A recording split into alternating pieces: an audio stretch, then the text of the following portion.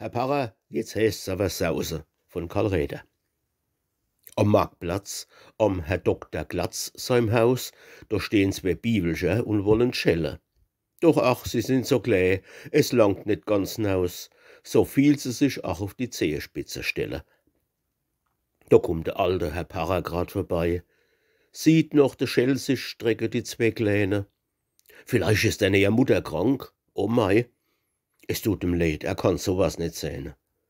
Und langsam kommt er rüber über den Platz. Wann er wo helfen kann, tut's ihn beklicken und sagt, ihr wollt wohl zum Herrn Doktor Glatz, doch langt es nicht an seine Schelle. Ich will euch drücken. Und hilfreich drückt er dreimal auf die Schell und fragt besorgt, wo seid ihr denn zu Hause?